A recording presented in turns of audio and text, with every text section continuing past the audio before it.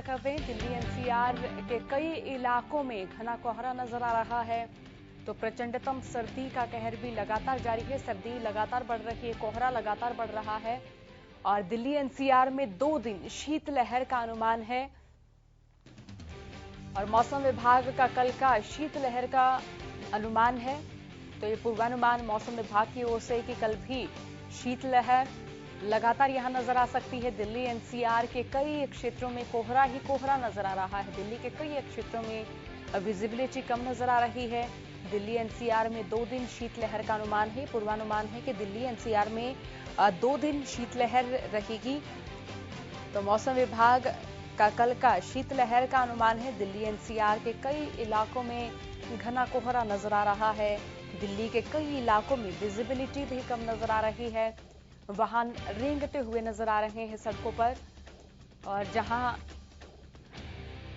मौसम भी लगातार सर्द होता जा रहा है। सर्दी का कहर लगातार बरतता हुआ नजर आ रहा है।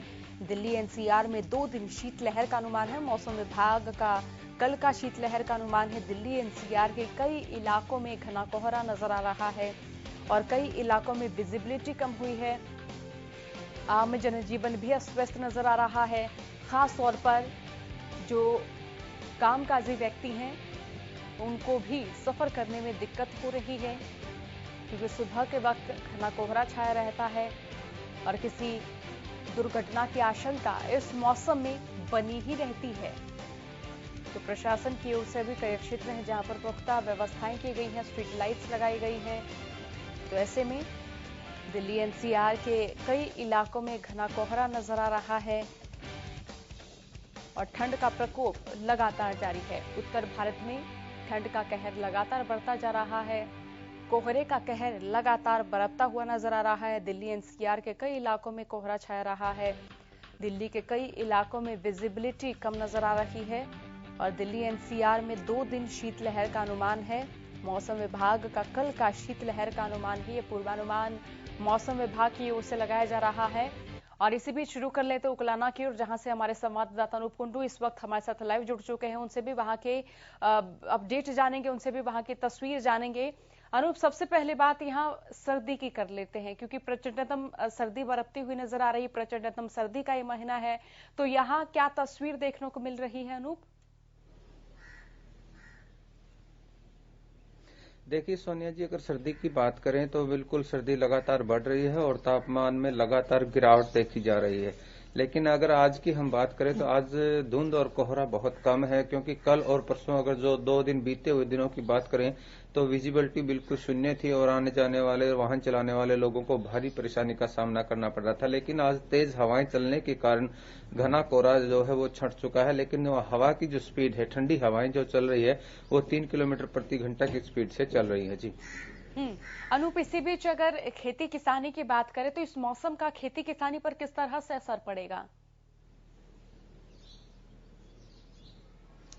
देखिए, अगर खेतों की बात करें, किसानों की बात करें तो सबसे पहले तो जो चौड़े पत्ते वाली फसलें हैं जैसे सरसों की फसल है या हरा चारा है, अगर घना पाला पड़ता है ज्यादा तो वो उनके लिए नुकसानदायक है। हालांकि धुंध और बारिश का अगर बात की जाए, अगर बारिश इस मौसम में हो जाती है तो किसानों के लिए बहुत लाभदायक रहती है, क्योंकि फसलों में आज सिंचाई की बहुत जरूरत रहती है और अगर फसलों को सिंचाई कर दी जाए तो उनको जो पड़ने वाले कोहरा है, ठंड है या पाला है, उससे बचाया जा सकता है। तो ऐसे में किसान ये भी उम्मीद लगाए बैठे हैं कि अब बारिश हो, लेकिन अभी फिलहाल मौसम विभाग द्वारा इस प्रकार की कोई भी भविष्यवाणी नहीं की गई है जी। अनूप, अगर उकलाना की बात करें तो देखिए गांव देहात का यह क्षेत्र है और आवारा पशु भी यहाँ पर काफी घूमते हुए नजर आए हैं, जैसा कि खबरों में भी हमें पता चला है। तो ऐसे में अगर उन आवारा पशुओं के रहने की व्यवस्थाओं की बात करें, तो नंदीशालाओं की बात करें, गौशालाओं की बात करें, तो क्या वहां पर पुख्ता व्यवस्थाएं हैं? क्या पशु अब भी ऐसे ही शहर में सर्दी के मौसम में घूमते हुए नजर आ रहे हैं? देखिए सुनिया जी, ये बहुत अच्छा आपका सवाल है, क्योंकि सड़कों पर आज के दिन भी बहुत ज्यादा संख्या में बेसहारा और आवारा पशु घूम रहे हैं। खास करके धुंध और कोहरे में जितनी दुर्घटनाएं सड़कों पर होती हैं, उनमें से अधिकतम का कारण यही रहता है कि एकदम सामने से पशुओं का आ जाना, और खेतों में भी इसका काफी नुकसान रहता है। हालांकि सरकार द्वारा ये कहा गया था कि सड़कों पर किसी प्रकार का गौवंश दिखाई नहीं देगा, लेकिन आज भी सड़कों पर गौवंश भारी संख्या में दिखाई दे रहा है।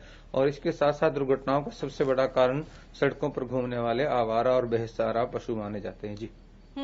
अनूप, इसी बीच अगर मौसम के चलते यहाँ के आम जनजीवन की बात करें तो आम जनजीवन किस तरह से अस्त व्यस्त नजर आ रहा है, क्योंकि ये मौसम खेती किसानी के लिए तो सही माना जा रहा है।